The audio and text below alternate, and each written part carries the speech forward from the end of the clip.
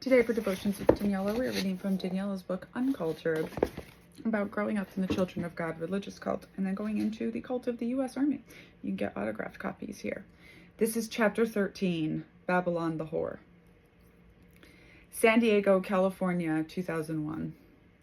Why are we watching a movie at 8 in the morning?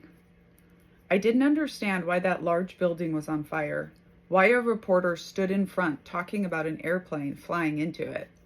Mostly, I didn't understand why the television, live television, Systemite television, was on. My friend Isaac, standing next to me in our living room, laughed and said, "This isn't a movie. An airplane just flew into the World Trade Center." I didn't tell him I had no idea what a World Trade Center was, or where in the world it might be. "How do you know that?" I asked. "It's right there in front of you, on the news." I'd heard of news before, usually in the context of it being fake or evil, but it took me a minute to connect the dots. Live news meant what was happening on television was happening in real life. In real time, in a real place, in a place called New York, in this case, a city I'd heard of and seen in the classic movies we all watched. All I knew about it was that it was another hotbed of evil, and one of the larger ones. I looked at the screen in time to see another airplane flying low and straight behind the head of the reporter on screen. Then, impact. Flames. The reporter, who I could tell had been trying to stay calm, was obviously shaken. "Oh my God," he cried. "Oh my God." Is this it? I wondered. Is this the beginning of the apocalypse? Is it finally here? Will all our waiting and wandering and worrying finally be over? As we watched, people trickled in from all over the house, till our whole commune was there, transfixed, as the towers burned and black smoke filled the New York sky. We had moved from the apartment complex where we landed to our new commune in San Diego, which was basically just a large 4-bedroom house. Uncle Byron and Auntie Meekness had lied to the landlord, telling him they were just a family with 5 teenage sons. And then we all crammed into every corner possible. Raina, Mary, and I, along with our 4 little brothers, shared a giant room over the garage with more space than the 7 of us had ever had. I neither hated nor loved it. I knew better than to care about our living situations. Who knew how long they'd last anyway? Mom had given birth the month before to Grace. Grace was beautiful, with white gold hair and bright blue eyes, alive and active, the way most of her body wasn't. Her spina bifida had been well advanced, along with hydrocephalus, paralysis, and clubbed feet. God hadn't answered any of my prayers to heal her, it seemed. Grace had a lot of surgeries, so I guessed we were cool with the doctors and the medical establishment, though I hadn't seen Mom or Dad do a lot of witnessing. Before the C-section, the doctors had asked her if they wanted her tubes tied, since she'd already had 7 children. They told her that her uterus was so weak it could rupture if there were another pregnancy too soon, resulting in death. But like a good soldier, Mom shook her head, insisting she'd trust God to take care of her. My parents also took me to a consultation with a surgeon, crossing the border into Tijuana to visit a free one a family uncle named Jose in Mexico had found. We said it was God's will providing, but I knew it was because we couldn't afford care in America. When my cast came off, we learned there wasn't much to be done. It had healed the way it had healed. So I walked with a fierce limp the surgeon said would probably get better with time. My parents had also registered us for Medicaid and Social Security cards, desperate to get some kind of medical coverage before Grace was born. So all 7 of us kids now had Social Security numbers, all in a row, maybe still a record. I wondered briefly if that meant we'd have to go to Systemite school, now that the Systemites were tracking us. Medicaid also bought me a new pair of glasses and asthma medication for Dad, and covered everything for Grace. We were settling into our version of life in America, and against all odds, it didn't seem bad or evil. Life was turning out to be pretty good, though I knew better than to ever say that out loud. But here it was, the judgment that God had promised Grandpa would be rained down on America, on Babylon the whore. As much as my faith had waxed and waned over the years, I didn't need anyone to tell me what to think in this moment. This proved that our prophet was right, and had always been right. America was evil, and it was being punished. Then I saw bodies dropping from the towers, as people made the impossible choice to plunge to their certain deaths, rather than be burned alive or crushed by debris. I saw the people in the street covered in ash, tears streaking through the black soot on their faces, crying for family and friends they could not find. For all the thrill we were taught to have about the apocalypse arriving, all the fire and brimstone, laser tips we'd shoot from our fingers to kill the Antichrist soldiers, and glory, I could see that real people were in pain. Real people were dying. Not stories, not ideas, not faceless masses we were taught to hate, or at best, pity. Individual people. America, the country, deserved its punishment. But did they? If this was the land of Sodom and Gomorrah, of everything evil had come to represent in our world, why hadn't I met anyone evil in the previous 5 months? Everyone seemed so friendly, like they cared about their children, and they were so overwhelmingly Christian. There it was, the crack, the fissure in my belief system that I had felt so many times over the years and had willed myself to forget. Impossible now. As I heard Auntie Meekness next to me, stunned, horrified, praying for the wounded and dead, and thanking God for his will being done, as we always did in prayer. How could we wish for people's death and pray for them at the same time? The TV remained on for hours as we watched the towers fall, repeated over and over, united in that experience with the rest of Americans we so reviled. Every crash, every flame shooting high, every attention-grabbing moment coming through the television prompted more praise and prayer from the adults crowded around. Thank you, Jesus. Help us, Jesus. Thy will be done, O Lord. Your fiery judgment is here, Lord, like Dad always warned us. Help us to walk in thy light. Show us what to do. Then the television caught our attention again, and silence fell as we listened to the newscasters talk about religious extremism. The bad guys were Muslims. They were terrorists. We prayed and prayed. We praised the Lord. But all I could hear were those two words, religious extremists. We thanked Jesus for his judgment. We prayed some more. But something was happening in my brain, some kind of short circuit, and the prayers sounded like glass in my ears. Religious extremists. Around and around, the words rattled in my head. Sometime after the second tower fell, we turned the TV off, and just like that, we returned to our normal day. Almost every afternoon, as soon as it was acceptable for children to be out of school and the systemites wouldn't ask too many questions, we would go out singing. We'd drive around and find a nice neighborhood, then walk to a house, knocking on the front doors, offering to sing people a song. Then we'd apply high-pressure sales tactics to get them to buy a family music CD from us. People were generally pretty nice, especially when we told them we were raising money for our Christian band. Of all the kinds of begging I'd had to do in my life, this was definitely the easiest and most successful.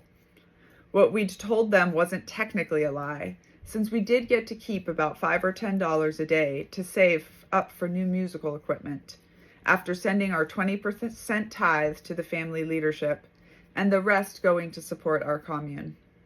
That day, every door was opened by sobbing adults, bewildered children, or earnest teenagers, who suddenly seemed to care about the world far more than usual.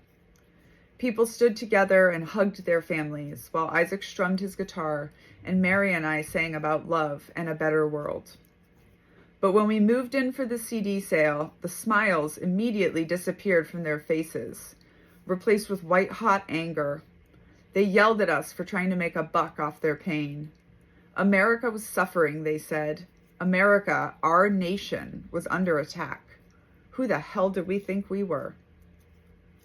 I was confused. I didn't understand why they were so upset.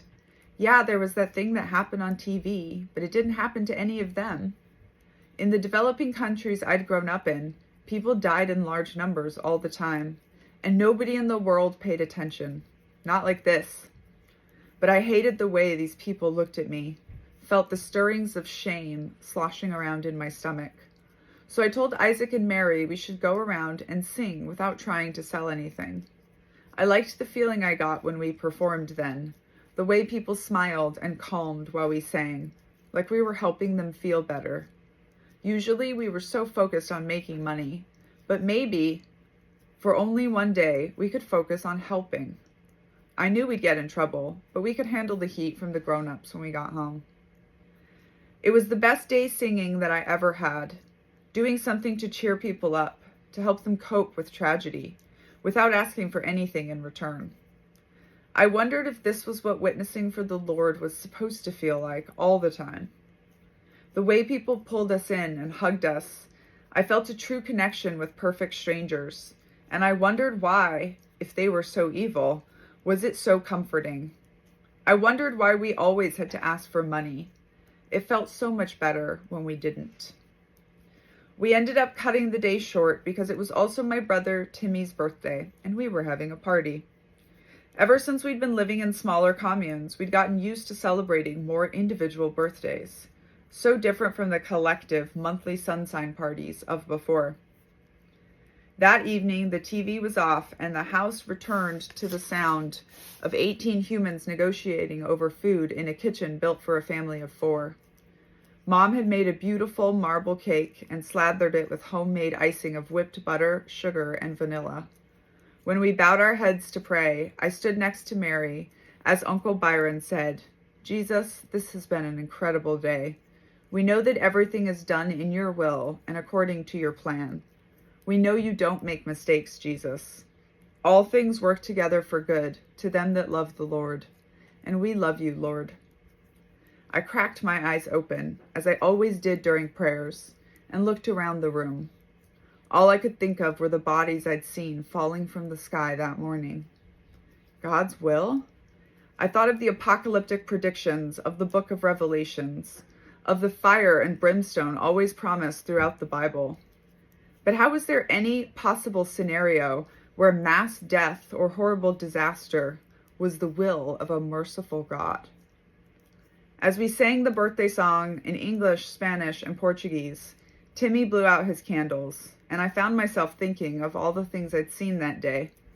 God's fiery judgment on America, burning buildings and shrieking metal, firefighters rushing into that building, continuing to serve even as they saw that their buddies would never come back out, but doing it anyway because their help was needed. If anything felt like God's work, it was what they were doing, not us. I thought of the normal American families I'd seen that day, heartbroken by what was on the news, shaken to the core, their lives changed forever. And then I looked at our little celebration. Had we gotten it all wrong? What if we weren't God's chosen people? What if we didn't always have the right answers? What if we were religious extremists, too? My adolescence was full of vivid dreams, of towers falling, of escaping my life, and sometimes in dreams that felt as though my rapidly changing body was betraying my mind, of boys. Sex had surrounded my life and overwhelmed my world since I was born, but it had only ever meant bad news to me. I used to spend hours wondering if I could make myself a lesbian, so I would never have to deal with men ever again. But while bisexual activity was technically allowed for women in the family, because it was enjoyable for the men, any suspicion of being exclusively gay could be big trouble. Still, I was surprised when, suddenly, in my teenage years, I began to dream about tall, dark, and handsome boys. Like so many other unwanted encounters, I woke from those dreams feeling gross and unsettled, like something was terribly wrong. I tried to ignore what was happening in my body, but it was getting harder. Shortly after we moved to San Diego, I experienced my first normal kiss. Normal meaning with someone my own age, not forced or coerced through power or threats. But I still didn't like it. It was wet and creepy and gross. Not surprisingly, 14-year-old boys, also kissing for the first time, aren't terribly impressive. And something about the boy's desire, even at that age, felt threatening, like something about it erased me. David appeared at our commune a few months later, and he was very off limits. He was one of Uncle Byron and Auntie Meekness's 9 children, part of a set of twins who, at 18, were both backsliders from the children of God. It had been easy for the twins to leave the family because they'd already been living in the States, with systemite grandparents less than an hour away. It struck me that this must be the reason that Grandpa and Mama Maria had always hated it when their followers lived in the U.S. It was too easy to have access to the outside world, too easy to escape, to just walk away. The idea that you could leave the way David did secretly excited me. But the excitement didn't go very far. Unlike him, all my grandparents were in the family. My family was the family. I had nobody on the outside. David's blonde hair was long, past his shoulders, shaved on both sides to create a mohawk effect when he pulled it back. He dressed in baggy clothes, worked at Subway, a sandwich shop, not an underground train station, I learned to my surprise, and spent his free time reading fantasy novels. I thought he was the coolest person I'd ever met. In the family, no one could look too cool, but the rules didn't really apply to David, since he technically wasn't in the family anymore. Plus, things had changed a lot in the past few years, with far less supervision from higher-ups than before. America, as I learned more every day, had a way of changing everything. Even though David had decided he was done conforming to our rules, Auntie Meekness still wanted to give her son a place to stay, and enough of us voted yes, so that was that. A backslider came to live with us. Nobody yelled at him to cut his hair or wear clothes that fit him better. He kept his job, his systemite music, and was allowed to keep his books, as long as he made sure they didn't infect the other young people in the home. He shared a room with his younger brothers, but spent most of the rest of his time out or in the garage. David tried to look cool and scowled to make everyone keep their distance, but I learned he was quiet, shy, and sweet. He'd let me, a goofy-looking kid struggling to get her frizzy hair under control and desperate to be prettier, hang out with him. I would sit on the stoop of the garage and riddle him with questions about his job, about the world, and about his books. When he realized I loved to read, he began loaning me his fantasy novels after he finished them. I'd sit on my top bunk, a book of Mo letters opened in my lap, and my newest prize from whatever series he was working through hidden behind it. I lapped up one after the other, never caring what topic it was, just how long it would last. Sometimes he'd give me or Mary or one of his younger brothers a couple dollars from the tips he'd gotten that day, because he knew what a big deal tiny amounts of money were to kids like us. He became my friend and began to be my escape, my benefactor, and the boy with the most beautiful hands in the world. I fell madly in love with him. For many weeks, we just talked. I would sneak out of my bed after everyone was asleep and sit on the steps of the garage, which in my mind were still part of the house, because they were connected to it. Some part of me believed that by staying on the steps, I wasn't crossing a line by being in his space, not breaking the rules by being out there with him, even though we both knew there'd be hell to pay if we were caught.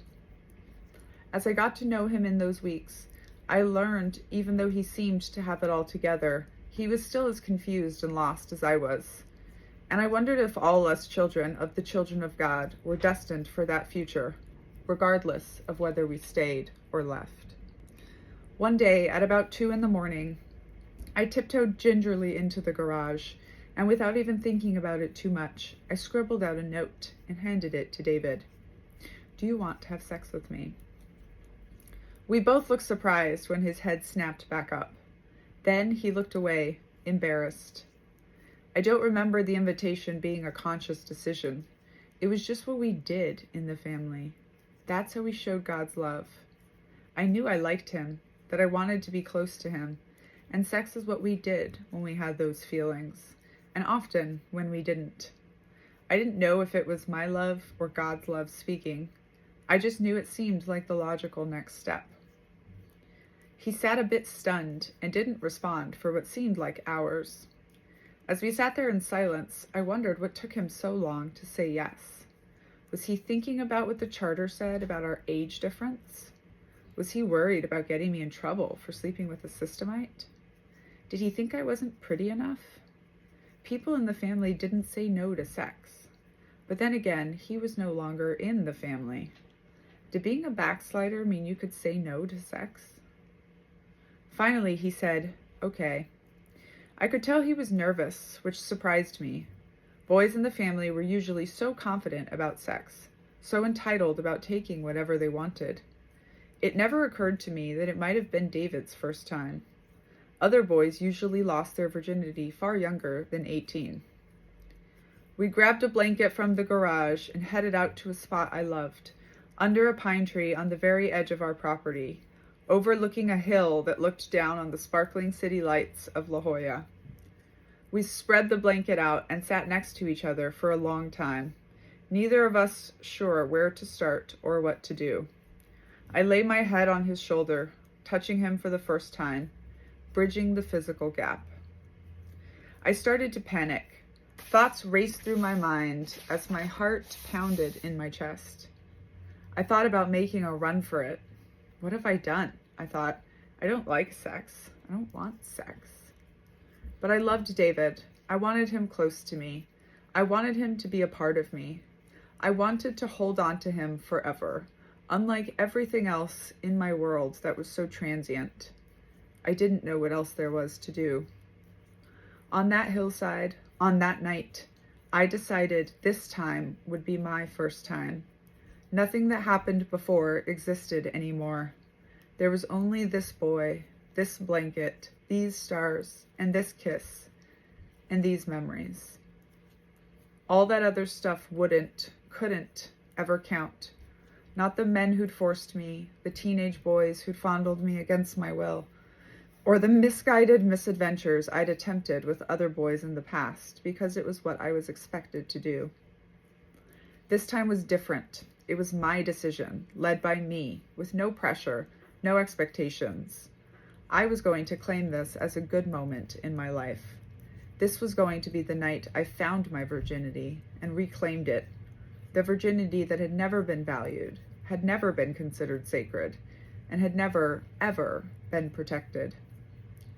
When I finally turned and kissed him, he kissed me back gently and slowly, his hands in my hair and his eyes locked to mine. I felt a real connection. I felt the power of my decision spreading throughout my body, and I stayed in my body, fully present, not floating away like I had trained myself to do so many years ago. This was what it was supposed to feel like. This was what love felt like. Afterward, looking out at those city lights, I felt warm and happy. It really had felt like the first time, like I had entered a whole new world I wanted to keep exploring with him. I decided I loved America and knew that I always would. It was a place where I could stay forever, where I could be happy, where I could belong, where I could maybe one day be free. It was safe here, in this country, in this commune, in David's arms, and I never wanted to leave. We stayed there for a long time, watching the sun crest the hill with all its yellow and pink glory. I remember thinking that I'd never been truly happy before, not like this. I had only ever been trying to survive. I made up my mind then and there that I'd never let the feeling go, that I'd never let anyone take these gilded memories from me. Then the moment was over and we had to rush to get dressed and run back to the house. We hid the blanket in an unused suitcase in the garage, and I made it back in time to wash my face and hands, fix my hair, and get my glasses on, and plop down in the living room with some overly diluted coffee, ready for morning devotions. That was when my parents announced that, as we'd always known, our time in San Diego was never meant to be permanent, and they'd found a new place for us out in the field. It was time to be missionaries again. We needed to pack for our next commune in Mexico.